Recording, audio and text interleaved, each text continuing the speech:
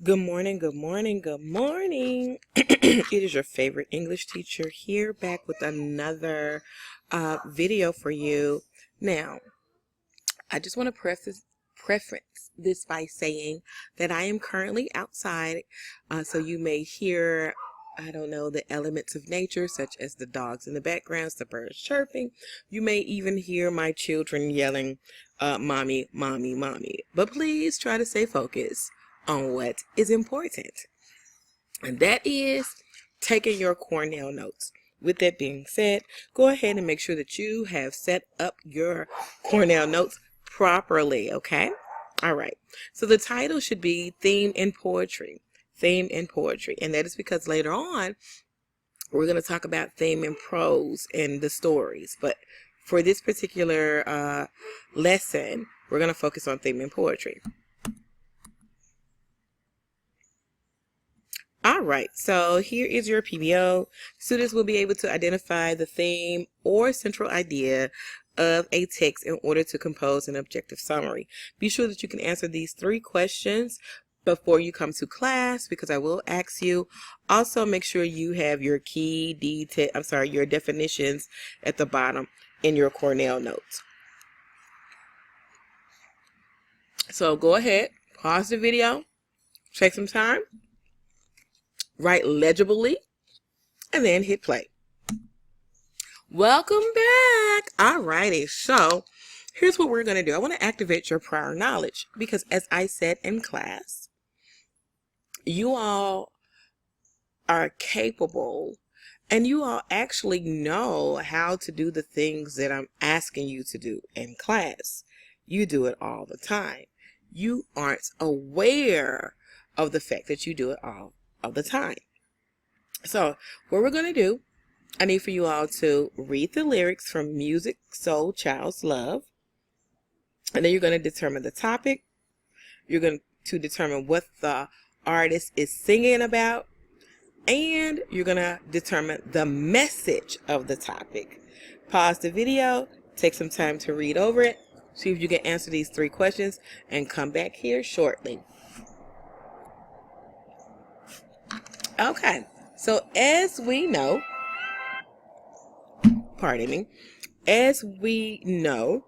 oftentimes the subject is repeated throughout the whole text. It may be explicitly stated, just like this one, love, or it could be implied, which means we have to use the details that are there to determine the topic. But we know that Musiq Soulchild is talking about the subject love. Now, what is he saying about love? Looking at these particular lyrics, he is saying that despite the challenges that come with love, he desires love, and he will always choose love first. Okay? So what is the message for us? What is the message about love? And that's what I want you all to think about before you come to class. All right, so we're going to go ahead and start developing our concept. So here's what you need to do. You need to make sure that you have the definition theme. Now, I like this definition better than previous definitions, or the definition that is in our under our objective. I like this definition because this definition is concise. It's straight to the point. When we're talking about theme, we want to know the message about life or human nature. And we're going to find that through literature. Here's what we need to know. We need to know the topic and the central idea of the text. The central idea is what the text is about. The theme is the message about life, society, or human nature conveyed through that text. Here's an example. We all should be familiar with the story, 3 Little Pigs. Well, the central idea is basically there were 3 little pigs. They built their house from different material. The summary of it is 3 Little Pigs. It's a fable. It's about 3 little pigs who built their house from different material. A big bad wolf, he blows down the first two pigs' house, which are made of straw and sticks, respectfully. But he is unable to destroy the third pig's house that was made of bricks. So if we were to think about the events of the story, the conflicts of that story, we're able to find the theme by looking at their conflicts, by looking at the pig's struggles, by looking at their actions, by looking at their motivations and their desires. The theme of this text is simple. Dedication and hard work pays off. Well, how do we determine that? We look at the third pig choices. All three of them wanted to build their own home. All three of them made a decision on how to build their homes. The other two, the first two pigs, it did not require as much, it wasn't as labor intensive as building a house with bricks. But the third pig, he did it. He was dedicated to it. It was very labor intensive for him. He thought about, all of the possibilities of using stick straws and so forth. And he decided to use brick. So what did we learn from his actions? We learned that sometimes the easy way is not the best way. So here's what I want you to do. I got a question for you. This needs to be answered in your Cornell notes. This is how I know you made it to this slide. What is the difference between a central idea and a theme? So right here, you're comparing and contrasting the two. You want to know the difference. So do they have any similarities? If they do, we're not talking about that. We're talking about how they are different. Go ahead, pause the video, and meet me back here when you're ready. Now we're going to talk about the difference in finding theme within poetry and in literature. We're going to compare and contrast the two. Again, we have our definition that lets us know that when we're talking about theme, we're talking about the message about life, nature, and how it's expressed through literature. We know that theme is more than what the story is about, but it's always about what the story means, the meaning. They are either explicitly stated, the meaning is said in the text, this is about so-and-so, or it's implied. We have to infer. So we're going to figure out the message by looking at the other elements for the text. Now we're going to shift into discussing the elements in poetry. So when we're talking about poetry, we want to look at the tone. Tone is the author's attitude towards a subject, a character, or an audience. It's basically how he feels about something or his beliefs towards a subject, a character, or the audience. We will find out his tone through how he uses language, figurative language. We know that people use figurative language, writers use figurative language so that they can exaggerate what they're saying to help the reader better understand what they're saying. Imagery. We know that imagery is images that the author creates through their writing. Poetic dance and sound. We're talking about alliteration, consonants. We're going to talk a little bit more about that in class. Mood. We're talking about the feeling that is created in us, in the reader, by the poem or the story. Diction. It's all about the author's choice of words. Please remember that an author spends a lot of time using or a lot of time writing. It's strategic. They are selecting certain words to create a certain tone, to create a certain mood, so that they can get their message across. Okay? And then we're talking about elements in literature. So the elements that we're going to use when we want to find the theme in literature is we're going to determine how the protagonist has changed throughout the story. As the story develops, how has the protagonist changed? So we look at one or all three of these items that I listed below. We look at the motivation, we look at the conflicts, we look at how the character responds to the conflicts.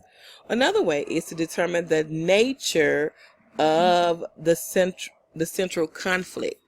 The nature of the central conflict. Excuse me, you guys. So, in order to do that, we're going to look at the settings. We're going to look at the characters. The central conflict is basically when the protagonist's strongest desire, it clash with an obstacle that's inside of him or her or outside of him or her. A formula to use is the central conflict plus a major change equals the theme. Here's a check for understanding moment. Please make sure that you've answered this. So you will, on the left side, you will have write the question, and then in the middle you will have your answer. So, I'm sorry, I made an error. When determining the theme in poetry, we only look at the conflict. Is this true or false? True or false? Now we're going to shift through a little bit of I do. We're going to do some guided practice right now. And so above here, I have the steps for you. When we're determining the theme in poetry, we're going to read and annotate the text for hints about the topic. This includes the title. We're going to analyze any patterns such as repetitions, such as symbols, ideas, phrases, even the patterns in the structure of the text. Then we're going to analyze the authors. There should be diction. I'm sorry, you guys. I started doing this early in the morning in the wee hours. I'm going to make a correction. Analyze the author's diction, figurative language, and tone words.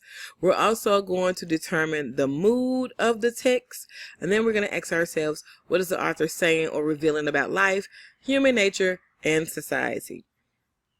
The answer to that will lead us to our theme statement, and we'll talk a little bit more about that in class. So take a minute to pause the video and read this particular poem,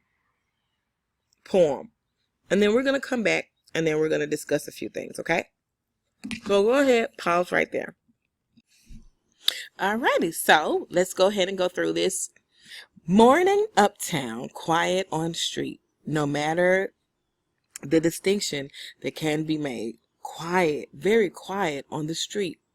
Sun's not even up, just some kid and me, skating, both of us, at the early sun and amaze. There is grace for us, without having to smile too tough or be very pleasant, even to each other. Merely being. I'm sorry, merely to be, merely to be. What is this text about? So if we've read and we annotated, we notice that, click, click, click. Is that a click? Thank you. We notice that this is talking about the morning. I'm sorry, it's taking place in the morning. How do we know that? We see morning. We also see sun's not even up. We know that's dealing with morning. We got early sun. And then it's talking about how quiet the street is. So to the right, you see that I jotted down, it's morning. Now, what else do we notice? We notice that there are two people out on the street in the early morning. Just some kid and me. Some kid. So the word some kid, the phrase some kid, it indicates that they are strangers. They don't know each other. It's a randomness there. And remember, authors put words there intentionally. So if the speaker is saying just some kid and me skating, both of us, in the early morning, there's a grace for us. So it sounds like the speaker and this random kid, they have found a place of peace and they are enjoying themselves in the beauty of the early morn, right? So I jot that down. I made some notes there and enjoying this freedom of being themselves. How do I know that they're being themselves? Because they said we didn't have to smile too tough. We didn't have to be pleasant. We didn't have to do all of these pleasantries that that society expects for us to do when we encounter new people.